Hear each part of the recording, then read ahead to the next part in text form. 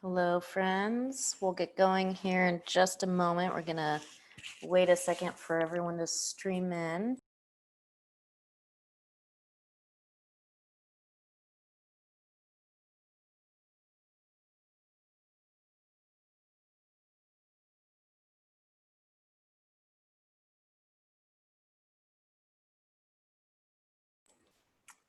All right. Welcome to Social Service versus Social Justice. This is our 3 o'clock session for last day. We're really excited and happy to have you join us. I would encourage you to turn on your video function. I know that we'll be having some great conversation here. I'm really excited and happy to turn this over to Reverend Taj Smith. So Taj, if you want to take it away. My pleasure. Well, thank you for having me, and it's wonderful to see all of your faces. Really glad to be here. I'm going to share my screen so we can go ahead and dive right on in to what we're going to talk about. So, social service versus social justice. Um, I kind of debated on whether to keep it social service versus social justice or social service and social justice because both are important. And we're here to talk about both things. So uh, I really like this quote from Howard Thurman because I think it really sums up the mission, the Christian mission, very, very well. It's a quote from one of his works on Christmas, um, but it applies year round. So when the song of the angels is stilled, when the star, uh,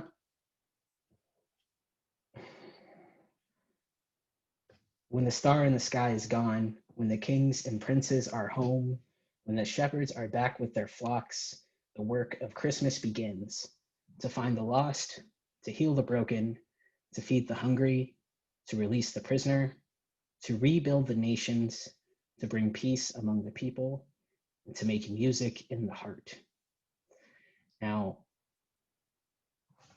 that last line just absolutely floors me, to make music in the heart.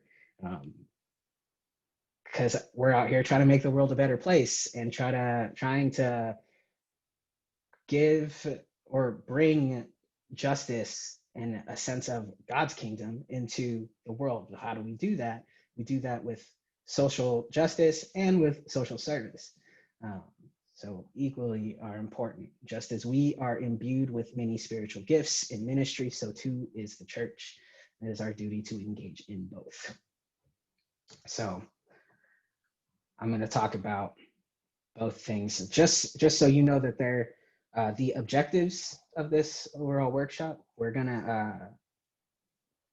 I'm gonna talk a bit about the difference. There's gonna be some points in which you are invited to interact. So I like wholeheartedly encourage.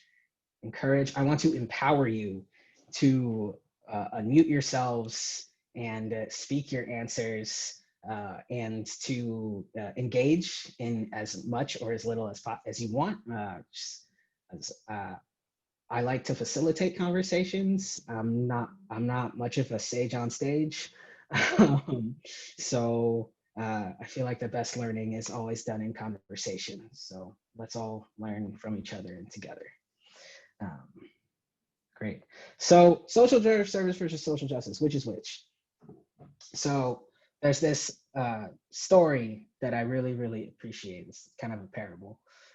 Um, Two people come across a river, and there are just all of these babies in the river, babies floating down the river. And one person is just stands at the riverbank and is just pulling out the babies and pulling out babies, trying to catch all of these babies that are flowing down this river. And the other person starts walking upriver. And the guy is like pulling out all the babies, like, where are you going? What are you doing? And the person walking away says, well, these babies are coming from this direction. I'm going to go find the source. I'm going to go find where these babies are coming from and stop it there. So I feel like this relates to social service, the social justice, because one, you have one person who is addressing the symptom, the babies in the river, trying to do what they can to pull all those babies out of the river and to stop and to keep up with the number of babies that are in the river. Social justice, as we talked about. So social service first. Social service addresses a symptom of a larger problem. So you think of things like soup kitchens, coat drives, literacy workshops, like Habitat Humanity. What are some of the larger issues that these things are addressing? And please feel free to unmute yourselves and shout out an answer.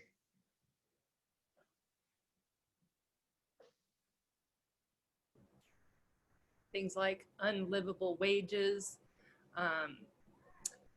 poor education systems, racism, a lot of the systemic issues cause those things.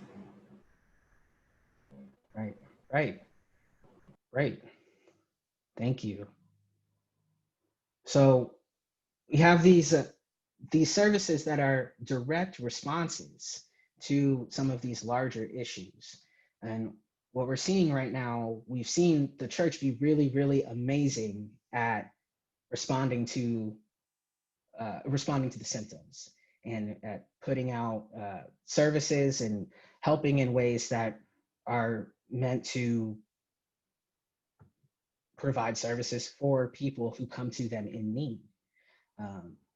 But what we're seeing is that there's a shift happening in the larger social landscape of the world, where services are no longer enough, and that people are demanding justice. So here, before we get into actual justice, I want you to just think for a moment, and once again, feel free to respond. How have you engaged in social service in your lifetime?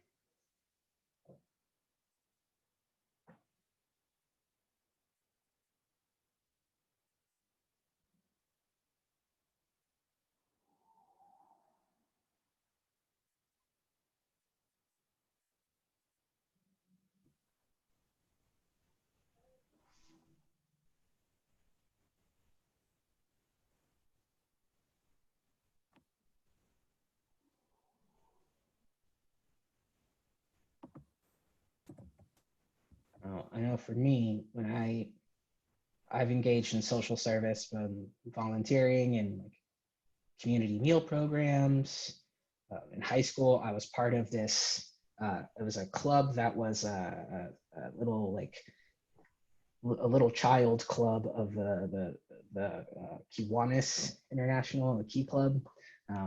So we did a lot of like park cleanups and beach cleanups and all kinds of events and things that were meant to address a symptom of something larger.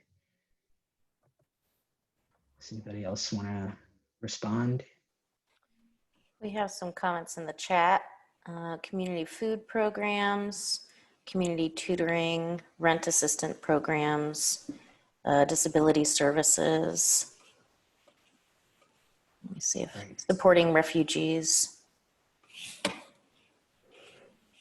Yes, those are all great examples. So, moving on, social justice. Now, social justice demands changes in the systems that produce these social inequalities, right?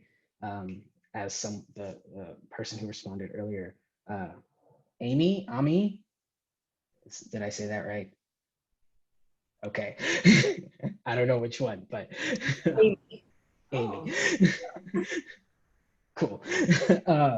As Amy said, so it's these larger problems that are underlying these symptoms, right? So like social justice often happens in movements. So you to think, like, what are some of the key facts that you know about the three movements here listed: the movement for Black Lives, the LGBTQ plus rights movement, the women's movement, or any other movements that you know about?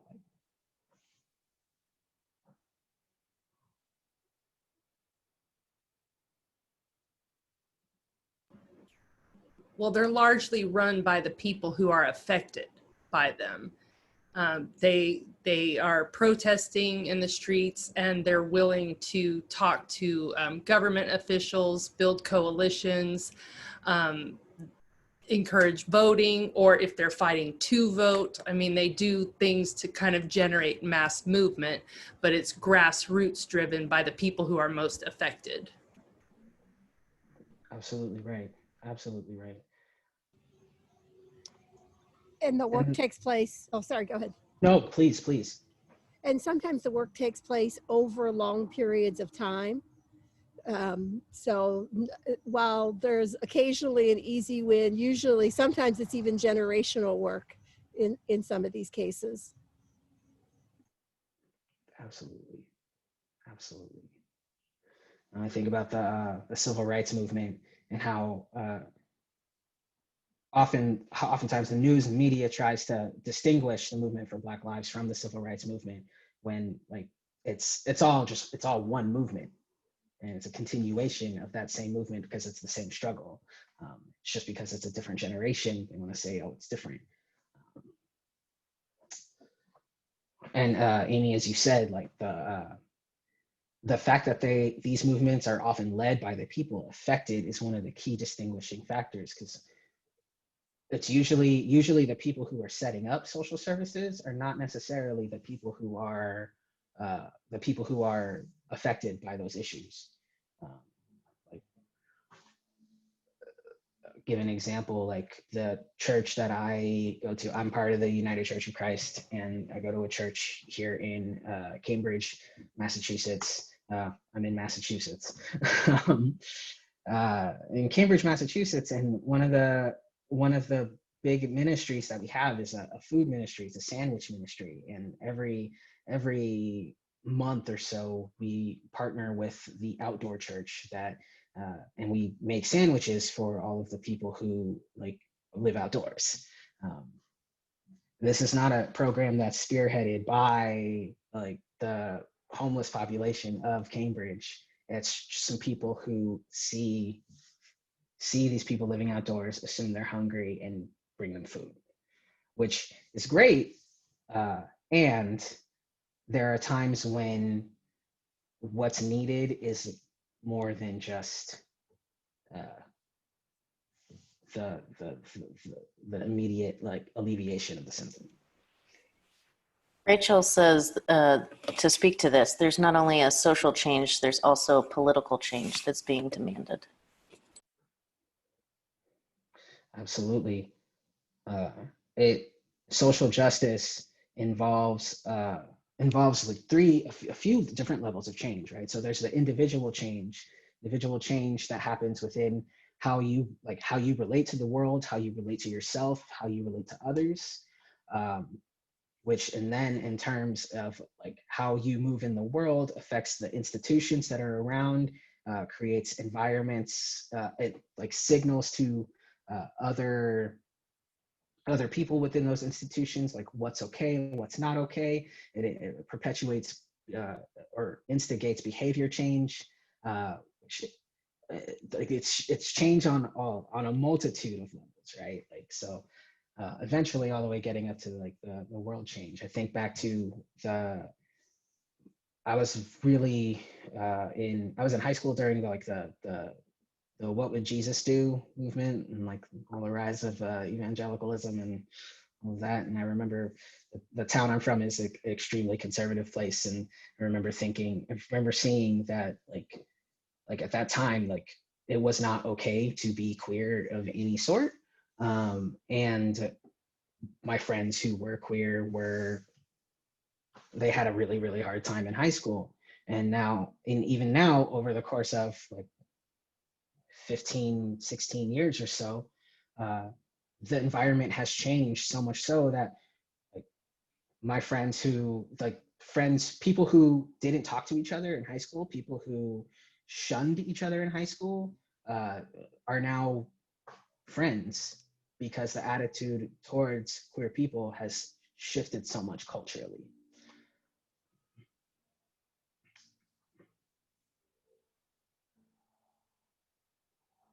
Oh, and I like this line here. The movements seek to improve the quality of life for the people represented by them in perpetuity. So it's a forever change.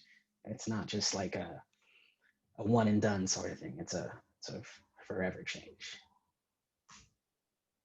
Okay, so what you think, and then feel free to respond.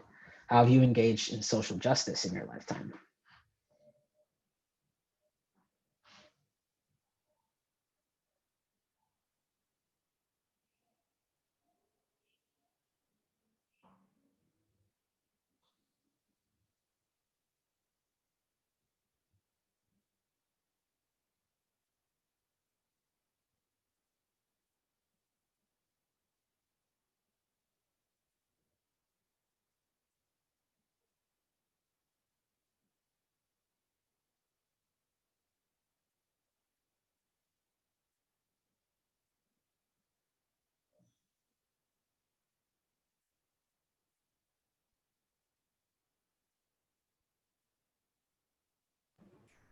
So do you think when you educate people about the systemic issues, beyond protesting, is that what you would consider social justice or an aspect of it? Absolutely, absolutely. So the education addresses that first level change, the individual change, right? Pointing out something to people that may not have been able to see it or that may not be aware of it, bringing their attention to it, and then like once they see it, they can't unsee it. Hmm. It puts them on a different. It puts them on a. It diverts them from a path that they would have followed that maybe would have perpetuated inequality or inequity, and puts them on a path towards bringing that justice and that equity like to fruition. So yeah, education definitely. We have a couple of comments. Protesting against execution, letter writing campaigns, marching for education. Yes, yes, yes, yes.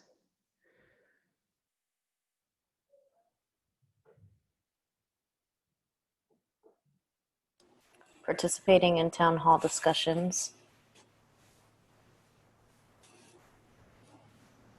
Yes.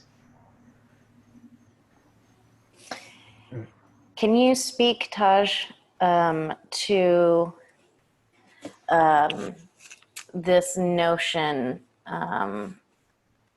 that we as religious people shouldn't get political, or particularly people who are in positions of authority where they can use their platform, they can use a pulpit, and that fear of being too political.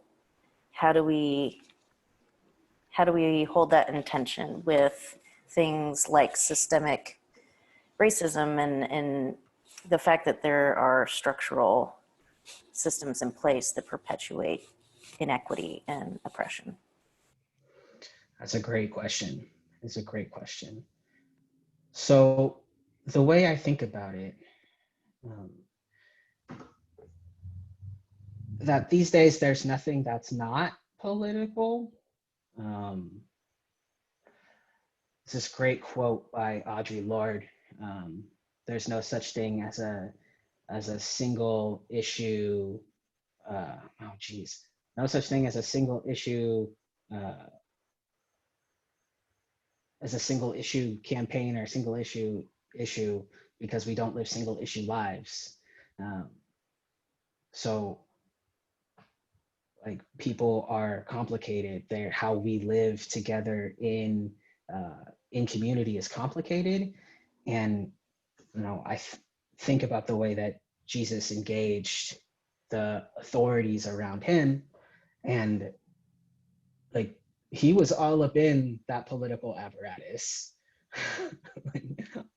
all up in that political machine, and letting folks know and keeping them on their toes, letting them know that what they were doing was harmful.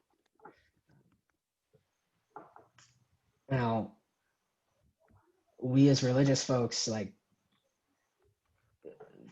the whole thing about endorsing candidates and like the actual like political machine, like, regardless of how you think about that, like, there are these issues that are that are affecting real people. They're real issues affecting real people. And if our mission is to serve people, to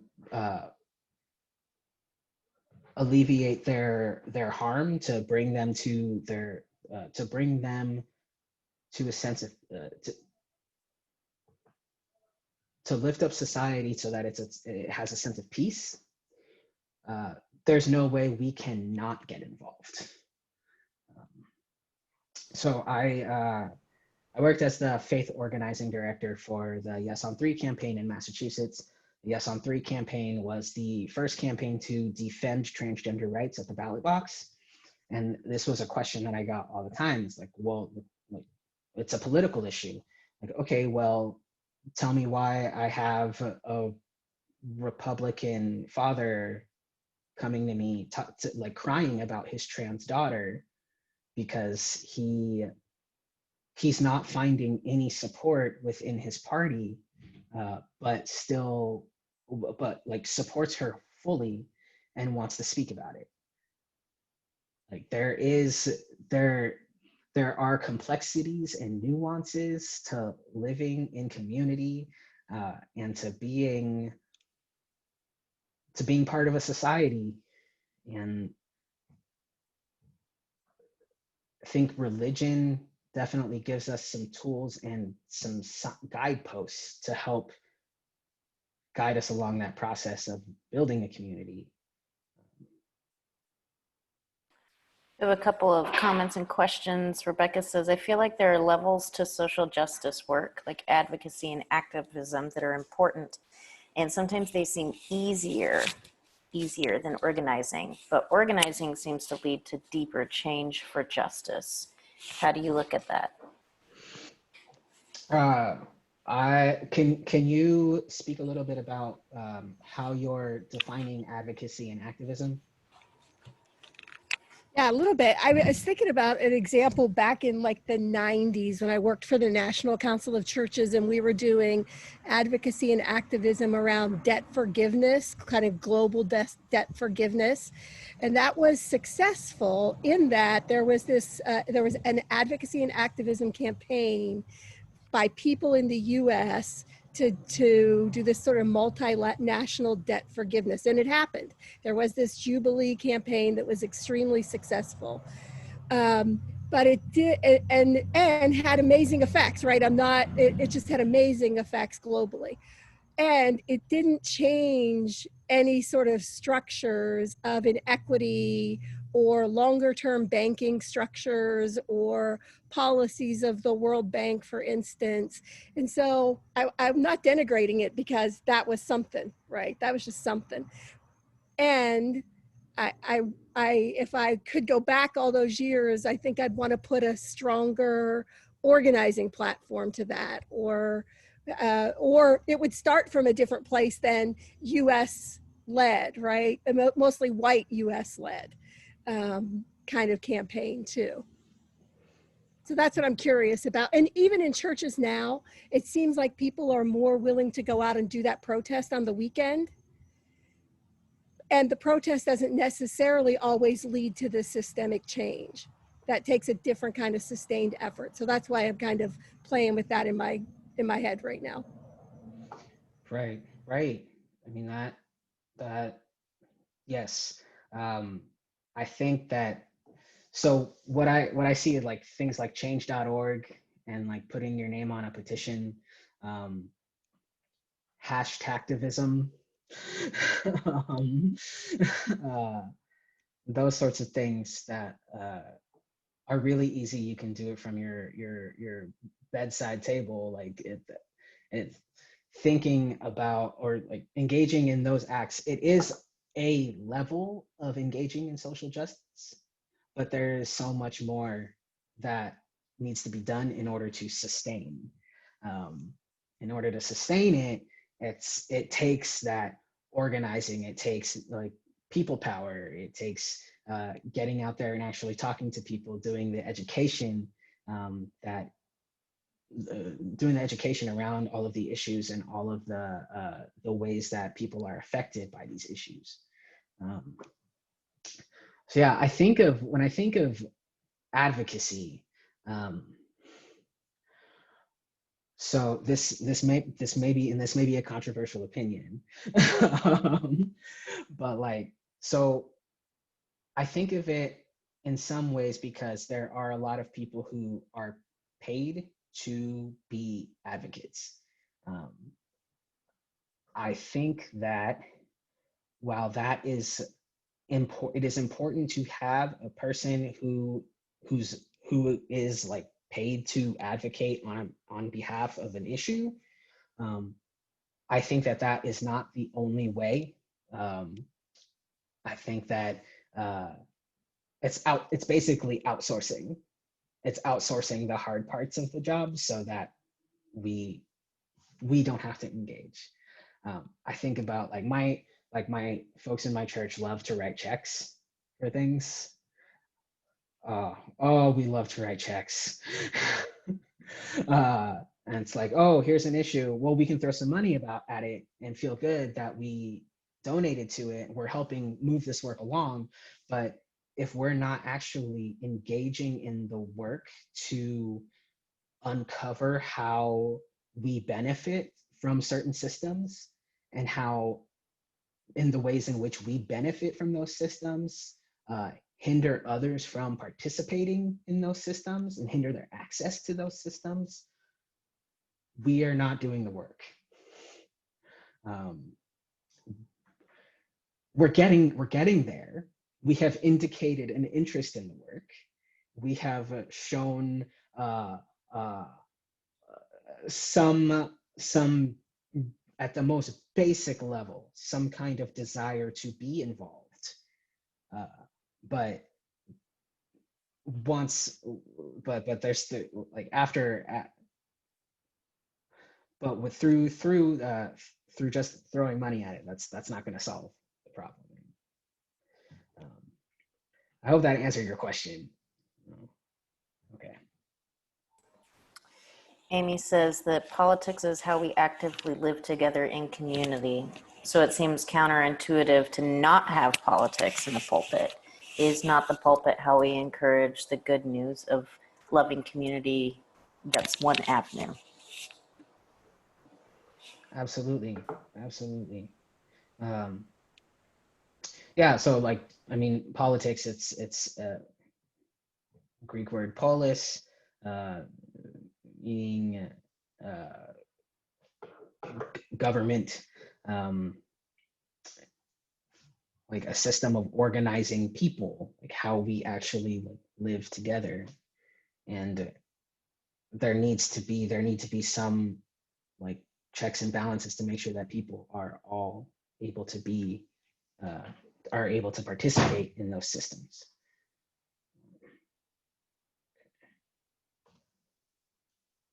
So this is important. Regardless of whether you choose to engage in social justice or social service, you should know which one you're doing when you're doing it, and that choice should be intentional. Encourage intentionality in that choice, because like real talk, not a lot of people don't have the capacity to engage in long-term and to engage in a long-term social justice movement, be it because of like other commitments like family, like maybe they've got a lot of kids that need to be fed, you got parents you got to take care of. Like there are all kinds of reasons why people cannot do long-term social justice work. And I mean, even like it's tiring. And so like in those moments where social justice, where so, like feeling burnt out on social justice, like maybe it takes volunteering at like in a community kitchen is a good way to still be engaged, but on a level that where you see a direct result. Someone is hungry, you feed them, they are no longer hungry. Social service creates those tangible, like right now results that social justice doesn't.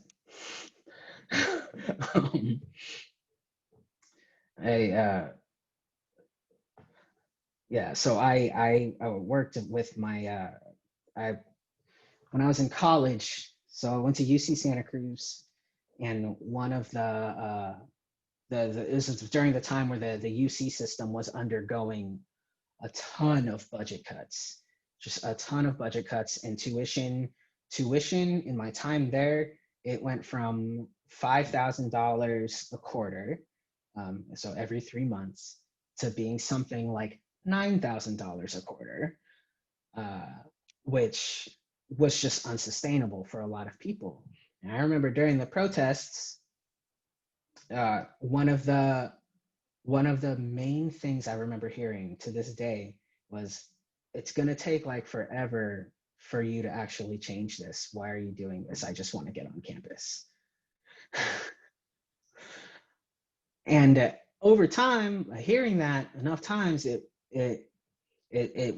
wore on me, at least. Like, I'm sure it wore on a few of my other comrades, but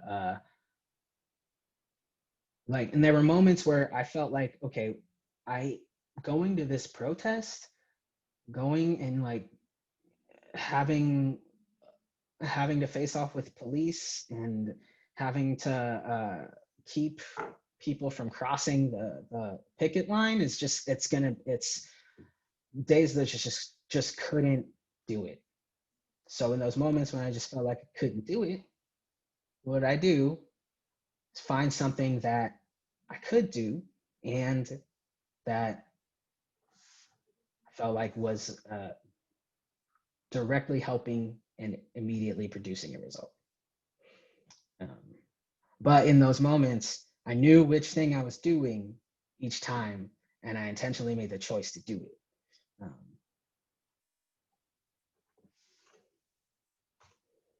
So again, think for a moment and then feel free to respond.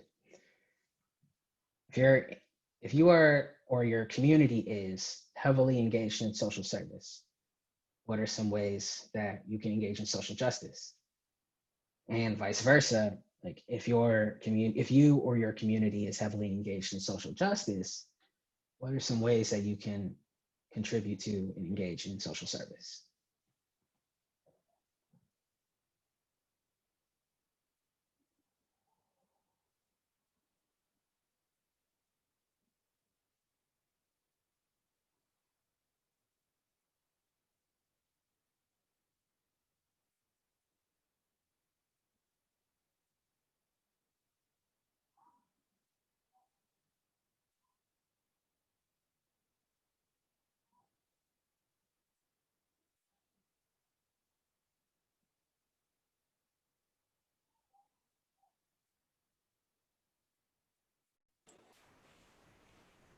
Constance writes, is it not okay for an organization to do both? She feels issues of education fit both categories, which is what you were speaking to earlier. If people are not educated, that impacts justice in the long term. Oh, I mean, I definitely think organizations should do both.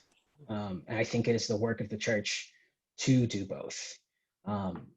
I think that there are many organizations that don't know which they are doing and that confuse one for the other, and are wondering why either fewer people are participating in their programs, and are wondering why they're not seeing the kinds of results that they want to be seeing. Which that gets into a whole other conversation about what they're measuring. That's not what this workshop is. It's like the question of like, which one are you doing? And if you're heavily doing one, how can you also do the other?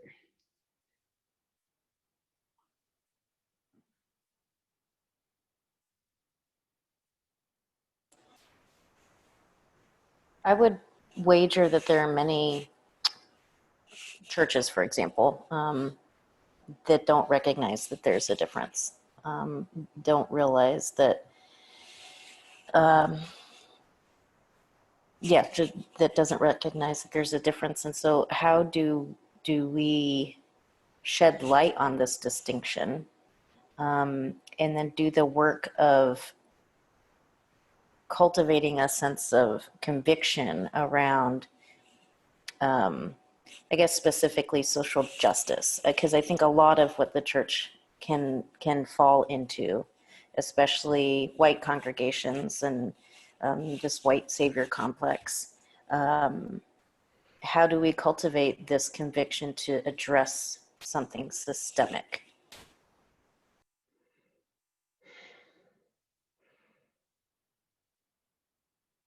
I want to turn that question to the group because that's an amazing question. And I just want to hear what folks have experienced in terms of like actually seeing that change happen on the ground.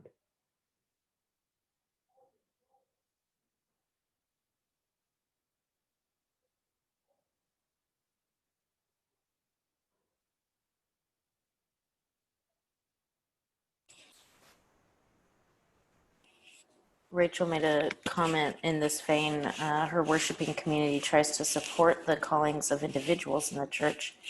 So as individuals feel called to long-term social justice work, the rest will engage in supporting them in that work, raising money, being the hands and feet, social service work that comes alongside it. And we make space to learn from that social justice work. Mm-hmm. I love that. Empowering people within the congregation to follow their passions and to engage in the work that and engage in addressing the issues that they see impacting the world around them. I love that. Others.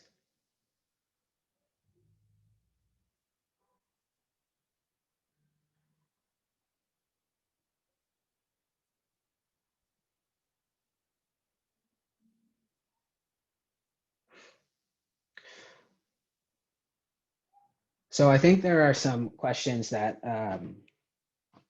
could be useful for figuring out like, or for like assessing whether or not your organization is actually like building up. And I think one of the key questions that I encourage is asking, what are the inroads in your community by which individual people can actually like take ownership of an initiative? Like how does an issue go from becoming something that one person cares about to becoming something that the community as a whole will lift up and support? Like, how does that happen?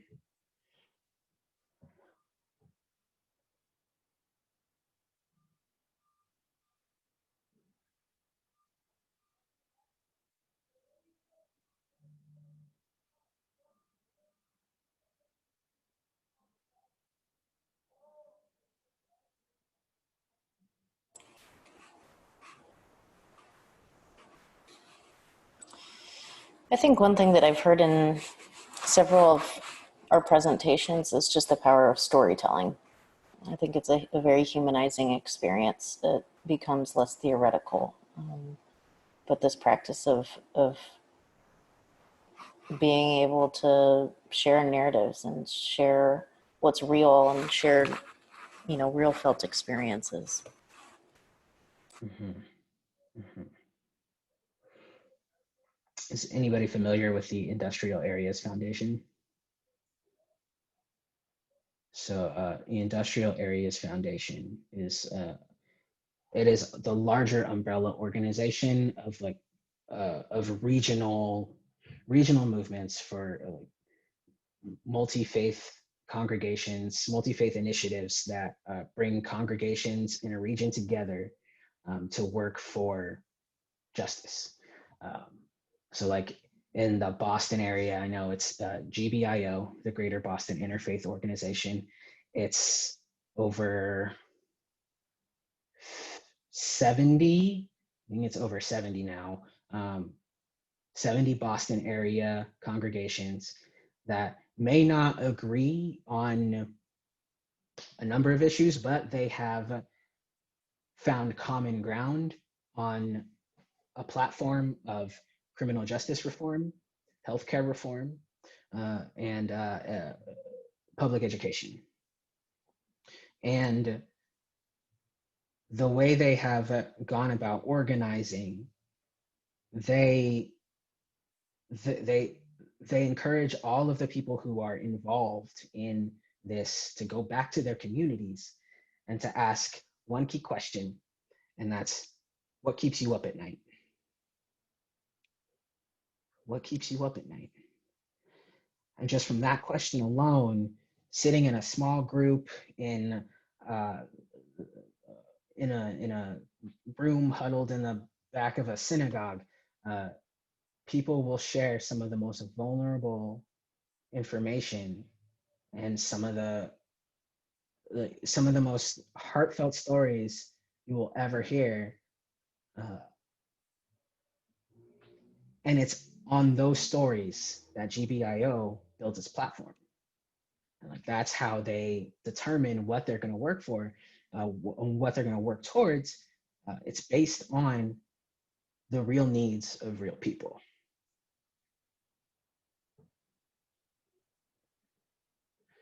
Storytelling is a key component of that. Rachel added, we begin our worship by asking, where did you experience God since we last gathered? This and their prayer concern times are moments in their community gathering where they can share the stories of their calling, their work.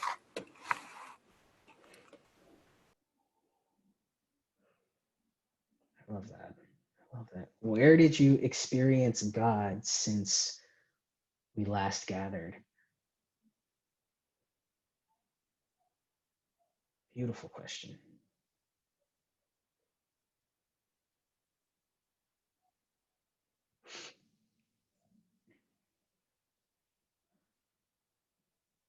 Okay. I'm going to change the slide. So this slide is just my contact information, which I can also send out.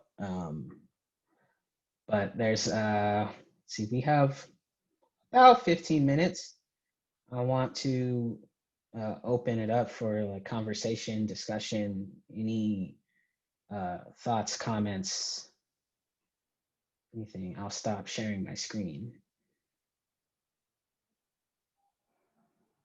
Cool. I can see all of your faces.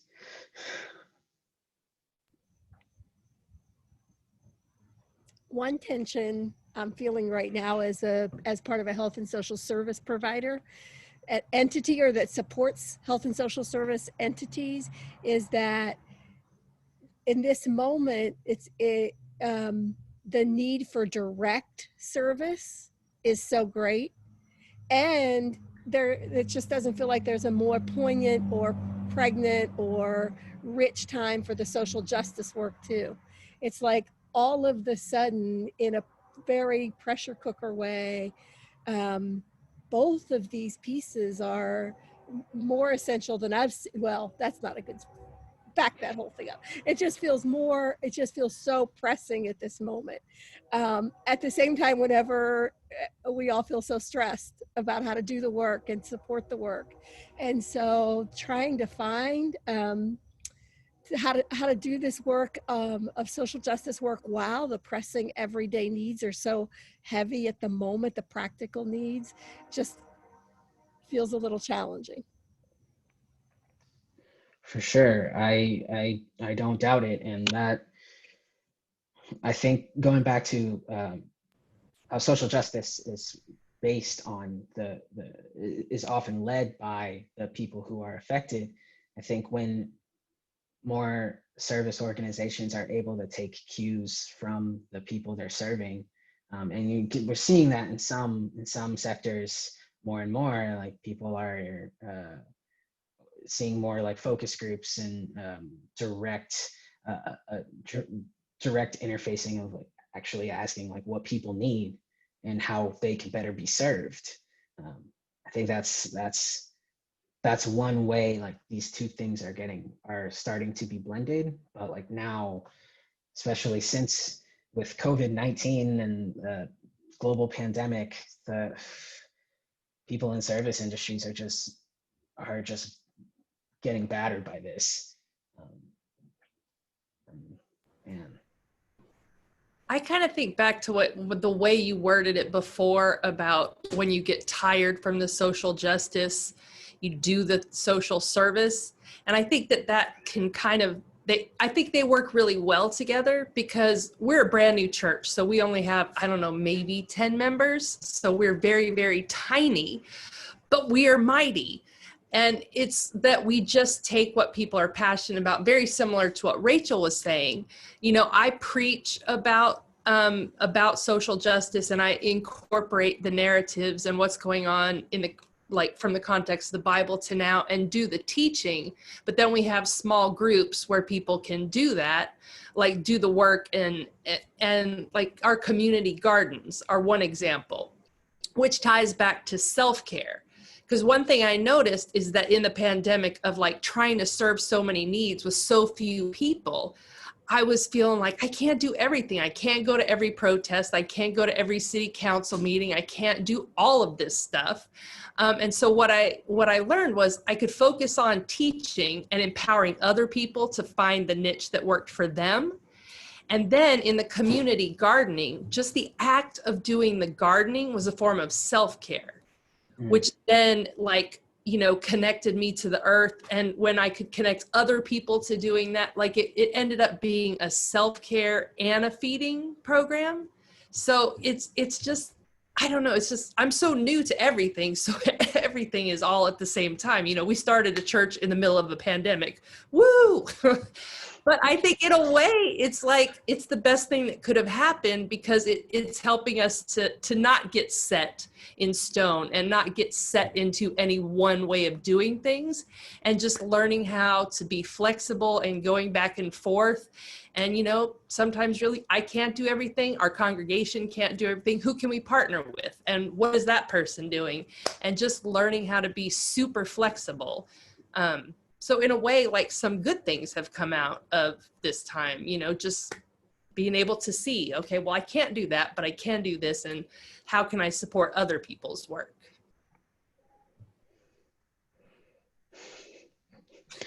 yes.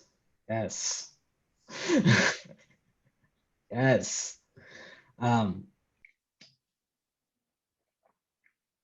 say something about coalition building because I think that is also a big piece of it. And you mentioned like you can't do it all. Who can you partner with? Like there is strength in numbers, and there's strength in numbers, and like one congregation might have a more service oriented approach, another congregation might have a more justice oriented approach, and you put them together and they're making change happen on both sides. Like again, like both pieces are so incredibly needed. And that piece about self-care, thank you for bringing that in.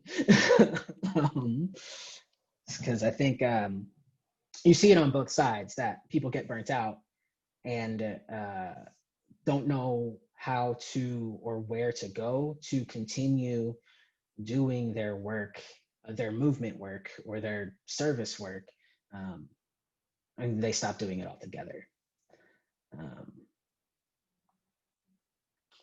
So knowing how to engage in either social justice or social service in a way that continues to feed you is an important piece that I think more folks need to address. See, Rachel said, developing a culture of respect for all of the ways that we can respond to social needs, advocacy, protesting, lobbying, education, hands and feet work, financial support, etc., is critical in communities because otherwise we become paralyzed or discourage one another from getting involved.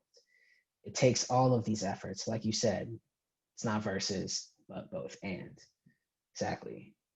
Exactly. And you know, the reality is some of this work is going to feed you and some of this work is not, and that's okay. And it's just knowing which piece that you are doing. That's what matters.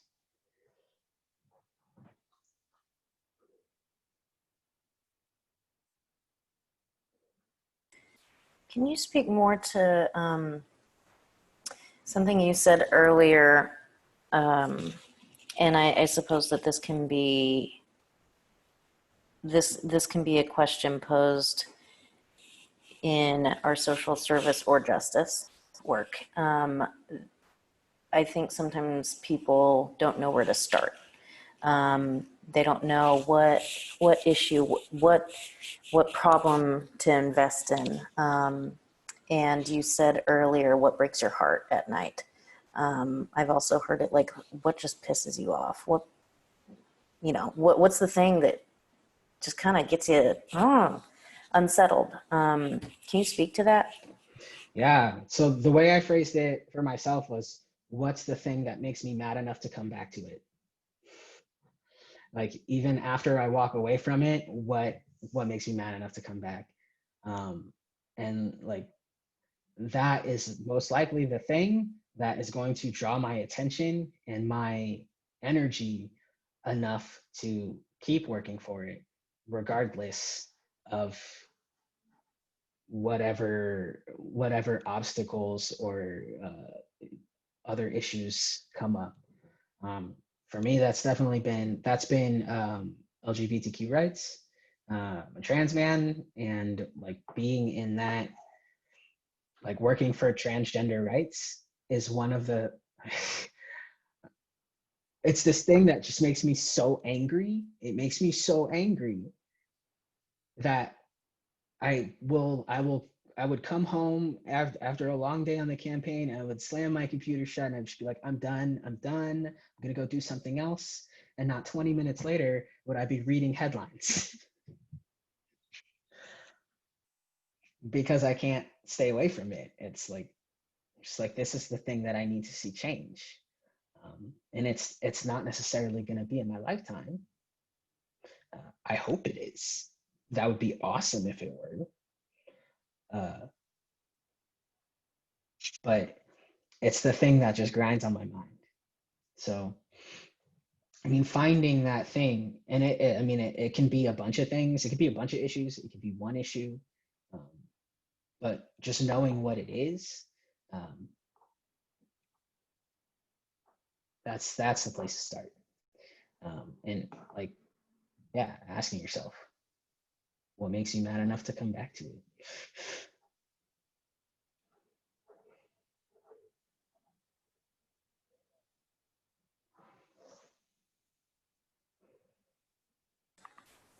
Any closing questions? Last minute thoughts?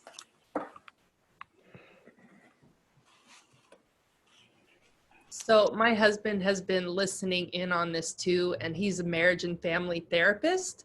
So he just also wanted to add, get therapy, get therapy, get therapy, get therapy. get therapy. So I just wanted to bring him into the conversation that way. I so appreciate that. Yeah, get therapy, and also like talk about the fact that you have a therapist. Um, yeah, because there's still so much stigma around that. That is another social justice issue in which you can be involved. It's destigmatizing mental health and challenges around that. Um, I mean, people like you, these are things you can't really sort out on your own. So having the help of somebody, having the help of more people is just, it's so crucial for your own like wellness and care.